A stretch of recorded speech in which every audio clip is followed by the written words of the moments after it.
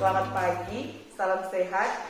Baiklah peserta didik, saat ini kita akan mendengarkan materi mengenai wawasan Wiyata Mandala yang akan dibawakan oleh Mem Rivita Simbu SPD. Kepada Mem, dipersilakan. Selamat pagi, salam sehat adik-adik siswa yang saya kasih dan saya banggakan.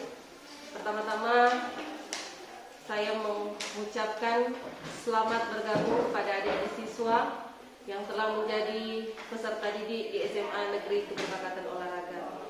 Dan di saat ini saya akan menyampaikan materi tentang wawasan Wiyata Mandala yang saya kira materi ini sudah pernah Anda pelajari ketika Anda mengikuti juga kegiatan MPLS di SMP. Dan di sini kenapa kita harus belajar tentang wawasan Wiyata Mandala? Karena ini adalah salah satu kegiatan yang ada di dalam MPLS. Untuk itu pertama yang harus Anda ketahui adalah tentang arti dari wawasan Wiyata Mandala. Pengertian dari wawasan adalah suatu pandangan atau sikap yang mendalam terhadap suatu hakikat. Sedangkan pengertian untuk wiyata adalah pendidikan, mandala adalah tempat atau lingkungan. Sehingga pengertian dari Wiyata Mandala adalah sikap menghargai dan bertanggung jawab terhadap lingkungan sekolah sebagai tempat menuntut ilmu pengetahuan. Dan adik-adik siswa, hal yang penting yang harus Anda ketahui adalah tentang unsur-unsur Wiyata Mandala. Yang pertama adalah sekolah merupakan lingkungan pendidikan. Yang kedua, kepala sekolah mempunyai wewenang dan tanggung jawab penuh atas penyelenggaraan pendidikan dalam lingkungan sekolah.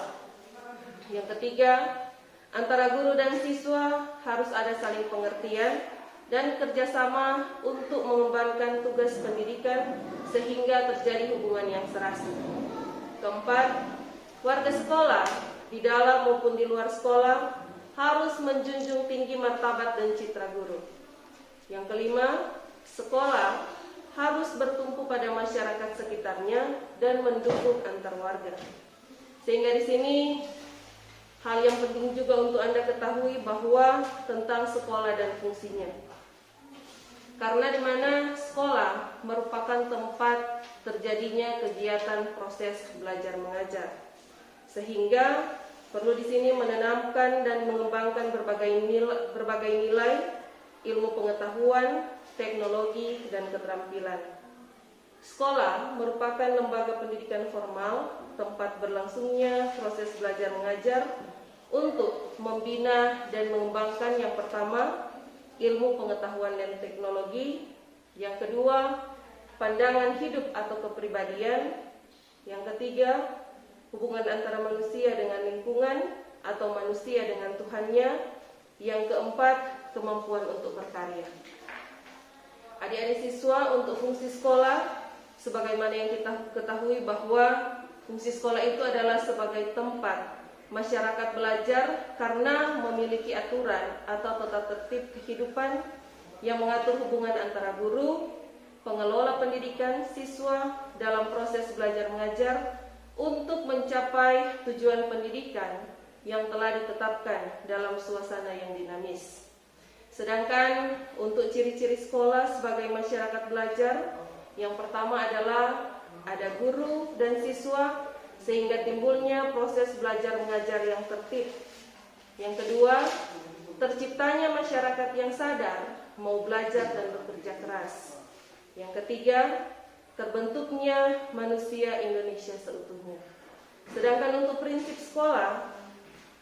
sekolah adalah sekolah sebagai Wiyata Mandala selain harus bertumpu pada masyarakat sekitarnya, juga harus mencegah masuknya paham, sikap dan perbuatan yang secara sadar ataupun tidak dapat menimbulkan pertentangan antara sesama karena perbedaan suku, agama, asal-usul atau keturunan, tingkat sosial ekonomi, serta perbedaan paham politik.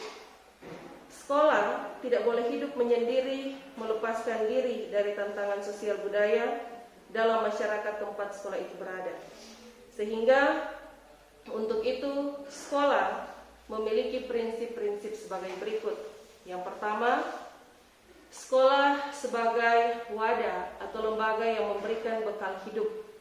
Dalam hal ini bahwa sekolah seharusnya bukan hanya sekedar lembaga yang mencetak para intelektual muda, namun lebih dari itu, sekolah harus menjadi rumah kedua yang memberikan pelayanan dan pengalaman tentang hidup. Mulai dari cara berorganisasi, bermasyarakat atau bersosialisasi, pendidikan lingkungan hidup, atau bahkan pengalaman hidup yang sesungguhnya. Yang kedua, sekolah sebagai institusi tempat peserta didik belajar di bawah bimbingan pendidik. Yang ketiga, sekolah sebagai lembaga dengan pelayanan yang adil atau merata bagi stakeholder-nya. Hal tersebut bisa berupa pemerataan kesempatan mendapatkan transfer of knowledge maupun transfer of experience, dengan tanpa membedakan dari segi kemampuan ekonomi, kemampuan intelijensia, dan juga kemampuan fisik. Yang keempat, sekolah sebagai lembaga pengembangan bakat dan minat siswa. Nah, di sini seperti yang kita ketahui bahwa adik-adik ketika mendaftar di SMA Negeri Keberbakatan dengan salah satu tujuan adalah mengembangkan minat dan bakat di bidang olahraga. Nah, sebagai sekolah keberbakatan, kami pun di sini ingin mengembangkan bakat olahraga dari adik-adik siswa dengan tetap menerapkan kepribadian yang baik sehingga boleh tercipta peserta didik yang memiliki akhlak yang baik. Yang kelima, sekolah sebagai lembaga pembinaan potensi di luar intelijensi. Keenam, sekolah harus memberikan perhatian serius untuk mengembangkan kemampuan emosional dan sosial, kemampuan berkomunikasi dan berinteraksi, kemampuan bekerja sama dalam kelompok, dan lain-lain hal. Yang ketujuh, sekolah adalah sebagai wahana pengembangan sikap dan watak. Sikap sederhana, jujur, terbuka, toleransi, rela, berkomunikasi dan berinteraksi, ramah tamah, cinta negara, cinta lingkungan, siap membantu khususnya kepada yang kurang beruntung, merupakan sikap dan watak yang perlu dibentuk di dalam lingkup penataan Wiyata Mandala dalam upaya ketahanan sekolah. Yang pertama adalah ketahanan sekolah lebih menitik beratkan pada upaya-upaya yang bersifat preventif. Yang kedua, untuk menjadikan sekolah sesuai dengan tujuan dan fungsinya, perlu dilakukan penataan Wiyata Mandala di sekolah melalui langkah-langkah yang pertama, meningkatkan koordinasi dan konsolidasi sesama warga sekolah untuk mencegah sedini mungkin adanya kegiatan atau tindakan yang dapat mengganggu proses belajar mengajar. Yang kedua, melaksanakan tata tertib sekolah secara konsisten dan berkelanjutan. Yang ketiga, melakukan koordinasi dengan komite sekolah dan pihak keamanan setempat untuk terselenggaranya ketahanan sekolah. Keempat, mengadakan penyuluhan bagi orang tua dan siswa yang bermasalah. Yang kelima, mengadakan penyuluhan dan pembinaan kesadaran hukum bagi siswa. Yang keenam, pembinaan dan pengembangan keimanan, ketakwaan, etika, moral Pancasila, kepribadian sopan santun dan berdisiplin. Yang ketujuh, pengembangan logika para siswa, rajin belajar, gairah menulis, gemar membaca atau mencari informasi, dan penemuan para ahli. Yang kedelapan, mengikutsertakan siswa dalam setiap kegiatan ekstrakurikuler dan pengembangan diri yang ada di lingkungan sekolah.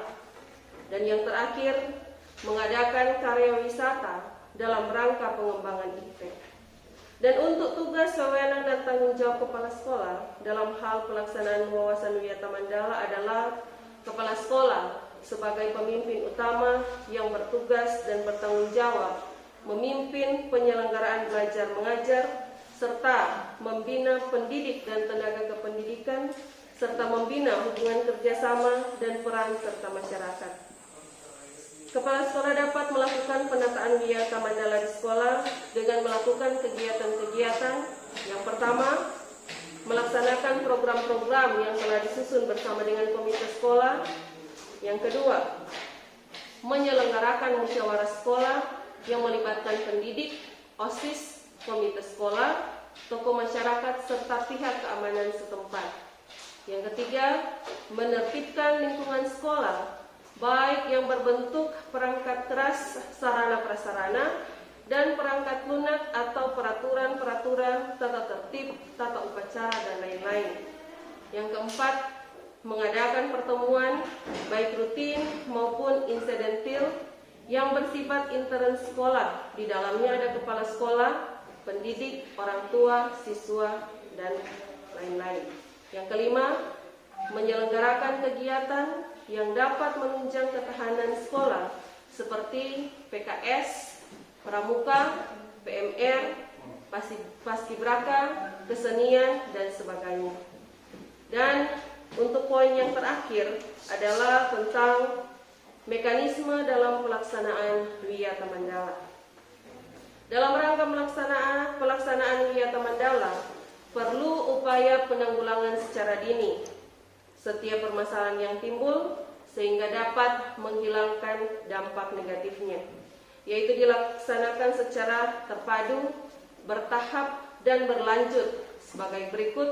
Yang pertama adalah tahap preventif, upaya untuk meniadakan peluang-peluang yang dapat memungkinkan terjadinya kasus-kasus negatif di sekolah, antara lain yang pertama, memelihara sekolah dan lingkungan sekolah, serta menciptakan kebersihan dan ketertiban agar siswa merasa nyaman dan menyenangkan, dan tidak ada tempat tertentu yang dijadikan siswa untuk hal-hal negatif. Yang kedua, menciptakan suasana yang harmonis antar pihak pendidik, staf, dan siswa, serta penduduk atau orang-orang yang ada di lingkungan sekitar sekolah. Yang ketiga, membentuk jaringan-jaringan pengawasan atau kontrol dan razia terhadap kegiatan siswa di lingkungan sekolah.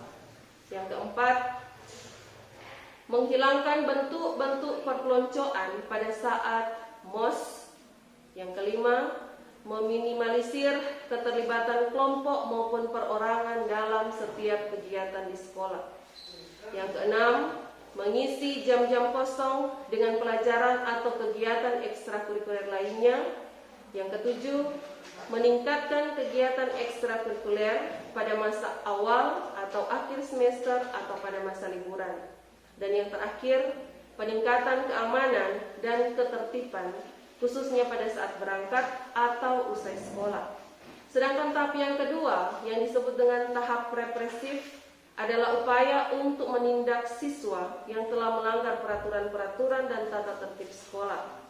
Upaya represif seperti yang pertama, mendamaikan para pihak yang terlibat perselisihan, antara lain orang tua, pendidik, pembina. Yang kedua, membatasi area tempat terjadinya aksi. Yang ketiga, menetralisir isu-isu yang berkembang dan mencegah timbulnya isu-isu yang baru.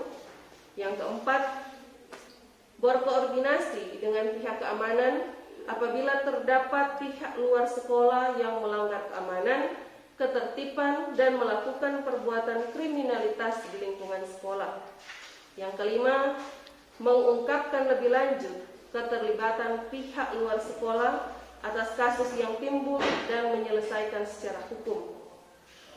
Yang keenam, mengikutsertakan para ahli untuk mengadakan bimbingan dan penyuluhan. Sedangkan yang terakhir adalah memberikan sanksi sesuai tata tertib yang berlaku. Demikianlah untuk materi wawasan wiyata mandala, kiranya boleh mendapat perhatian dari para adik-adik siswa, untuk kiranya ini dapat berguna ketika Anda belajar di SMA Negeri Keberbakat Olahraga. Terima kasih. Baiklah adik-adik, itulah materi yang sudah kita ikuti bersama di saat ini, materi mengenai wawasan Wiyata Mandala, dan kita mengucapkan terima kasih kepada Mem Rivita Simbo SPD yang sudah menjadi narasumber kita di saat ini, dan biarlah materi ini pun boleh bermanfaat bagi peserta didik yang ada untuk kehidupan sehari-hari dan bisa bermanfaat bagi kita semua. Dan akhir kata kami, terima kasih, salam sehat.